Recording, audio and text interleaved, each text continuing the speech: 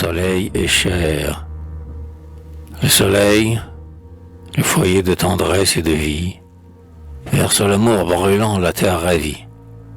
Et, quand on est couché sur la vallée, on sent que la terre est nubile et déborde de sang.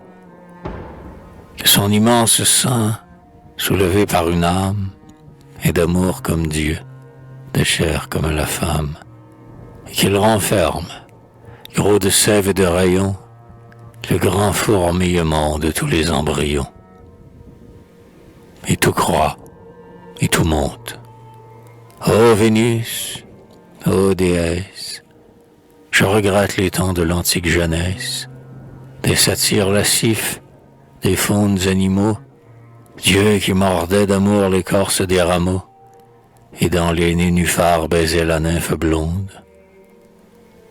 Je regrette les temps où la sève du monde, l'eau du fleuve, le sang rose des arbres verts, dans les veines de Pan mettait un univers, où le sol palpitait, vert, sous ses pieds de chèvre, où, baisant mollement le clair syrinx, sa lèvre, modulait sous le ciel le grand hymne d'amour.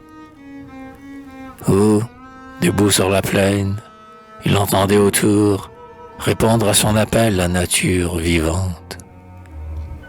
Où les arbres muaient, berçant l'oiseau qui chante, la terre berçant l'homme, et tout l'océan bleu, et tous les animaux aimaient en Dieu. Je regrette les temps de la grande Cybèle, qu'on disait parcourir, gigantesquement belle, sur un grand char d'airain, les splendides cités. Son double sein versait dans les immensités le pur ruissellement de la vie infinie. L'homme suçait, heureux, sa mamelle bénie, comme un petit enfant, jouant sur ses genoux. Parce qu'il était fort, l'homme était chaste et doux. Misère, maintenant il dit, je sais les choses, et va, les yeux fermés, les oreilles closes. Et pourtant, plus de Dieu, plus de Dieu. L'homme est roi, l'homme est Dieu. Mais l'amour, voilà la grande foi. Oh, si l'homme puisait encore à ta mamelle, grande mère des dieux et des hommes, si belle, s'il n'avait pas laissé l'immortelle Astarté, qui jadis, émergeant dans l'immense clarté, des flots bleus, fleurs de chair que la vague parfume, montra son nombril rose où vint neiger l'écume, et fit chanter, déesse aux grands yeux noirs vainqueurs, le rossignol au bois et l'amour dans les cœurs.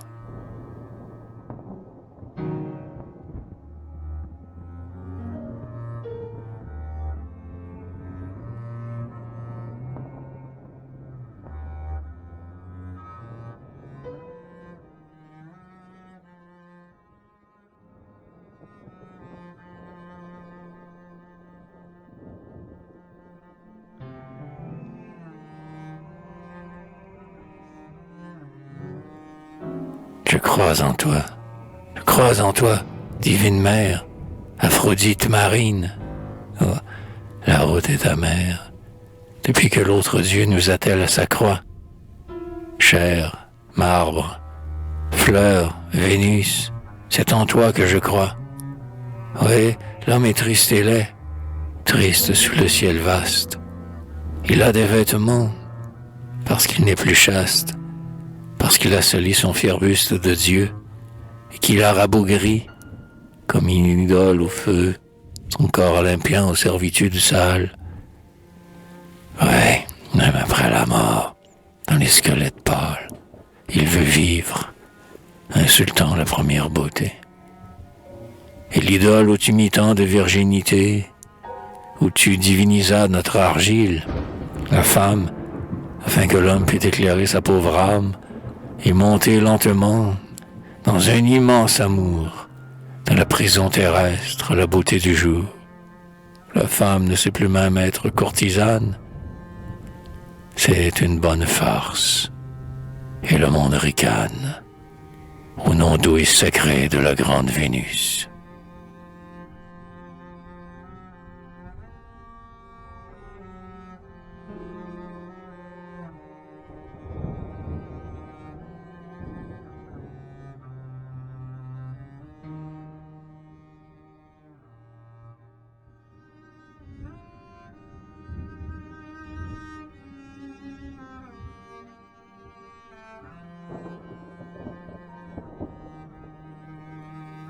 Si les temps revenaient, les temps qui sont venus, car l'homme a fini, l'homme a joué tous les rôles. Au grand jour, fatigué de briser des idoles, il ressuscitera, libre de tous ses dieux. Et, comme il est du ciel, il scrutera les cieux.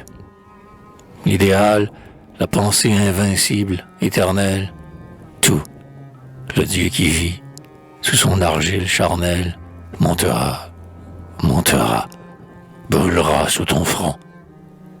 Et quand tu le verras sonder tout l'horizon, contenteur des vieux jougs, libre de toute crainte, tu viendras lui donner la rédemption sainte. Splendide, radieuse, au sein des grandes mers, tu surgiras, jetant sur le vaste univers l'amour infini dans un infini sourire. Le monde vibrera comme une immense lyre dans le frémissement d'un immense baiser. Le monde a soif d'amour. Tu viendras l'apaiser. Or, l'âme a relevé sa tête libre et fière, et le rayon soudain de la beauté première fait palpiter le Dieu dans l'autel de la chair. Heureux du bien présent, pâle du mal souffert, l'homme veut tout sonder et savoir. La pensée la cavale longtemps, si longtemps oppressée, s'élance de son front. Elle saura pourquoi. Qu'elle bondisse libre et la mort à la fois. Pourquoi l'azur muet et l'espace insondable? Pourquoi les astres d'or fourmillant comme un sable? Si l'on montait toujours, que verrait-on là-haut? Un pasteur mène-t-il cet immense troupeau de mondes cheminant dans l'horreur de l'espace? Et tous ces mondes-là que l'éther vaste embrasse, vibre-t-il aux accents d'une éternelle voix? Et l'homme, peut-il voir? Peut-il dire « Je crois » ? La voix de la pensée est-elle plus qu'un rêve? Si l'homme naît si tôt, si la vie est si brève, d'où vient-il? Sombre-t-il dans l'océan profond des germes, des fœtus, des embryons, au fond de l'immense creuset d'où la mère nature le ressuscitera, vivante créature, pour aimer dans la rose et croître dans les blés? Nous ne pouvons savoir. Nous sommes accablés d'un manteau d'ignorance et d'étroites chimères. Singes d'hommes tombés de la vulve des mers, notre pâle raison nous cache l'infini. Nous voulons regarder, le doute nous punit. Le doute, mort-oiseau, nous frappe de son aile, et l'horizon s'enfuit d'une fuite éternelle. Le grand ciel est ouvert, les mystères sont morts, devant l'homme, debout, qui croise ses bras forts, dans l'immense splendeur de la riche nature. Il chante, et le bois chante, et le fleuve murmure, un chant plein de bonheur qui monte vers le jour. C'est la rédemption, c'est l'amour, c'est l'amour.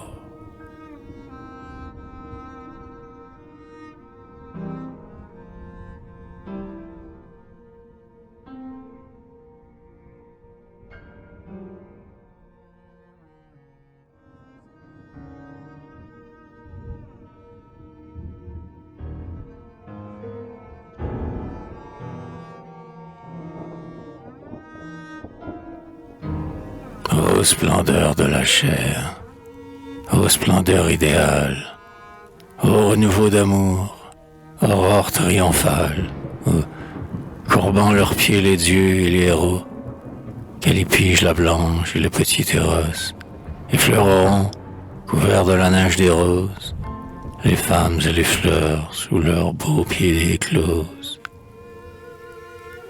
ô grande Ariadné, qui jette tes sanglots sur la rive, en voyant fuir là-bas sur les flots, blanche sous le soleil, la voile de Thésée, ou de ce vierge enfant qu'une nuit a brisé. Tais-toi. Sur son char d'or brodé de noirs raisins, Lysias, promené dans les champs phrygiens, par les tigres lascifs et les panthères rousses, le long des fleuves bleus rougis les sombres mousses. Zeus, taureau, sur son cou berce comme une enfant, le corps nu d'Europée, qui jette son bras blanc au cou nerveux du dieu frissonnant dans la vague. Il tourne lentement vers elle son œil vague. Elle laisse traîner sa pâle joue en fleurs. Au front de Zeus, ses yeux sont fermés. Elle meurt dans un divin baiser, et le flot qui murmure de son écume d'or fleurit sa chevelure. Entre le laurier rose et le lotus jaseur, glisse amoureusement le grand cygne rêveur, embrassant la laidade et blancheur de son aile, et tandis que Cypris passe, étrangement belle, et, cambrant les rondeurs splendides de ses reins, étale fièrement l'or de ses larges seins, et son ventre neigeux brodé de mousse noire. Héraclès, le dompteur, qui, comme d'une gloire, fort, ceint son vaste corps de la peau du lion, s'avance, front terrible et doux, à l'horizon. Par la lune d'été vaguement éclairée, debout, nu, et rêvant dans sa pâleur dorée, que tache le flot lourd de ses longs cheveux bleus, dans la clairière sombre où la mousse s'étoile, la dryade regarde au ciel silencieux. La blanche Sélénée laisse flotter son voile, craintive, sur les pieds du bel Endymion, et lui jette un baiser dans un pâle rayon. La source pleure au loin dans une longue extase. C'est la nymphe qui rêve, un coude sur son vase, au beau jeune homme blond que son onde a pressé. Une brise d'amour dans la nuit a passé, et, dans les bois sacrés, dans l'horreur des grands arbres, majestueusement debout, les sombres marbres, les dieux, au front desquels le bouvreuil fait son nid. Les dieux écoutent l'homme et le monde infini.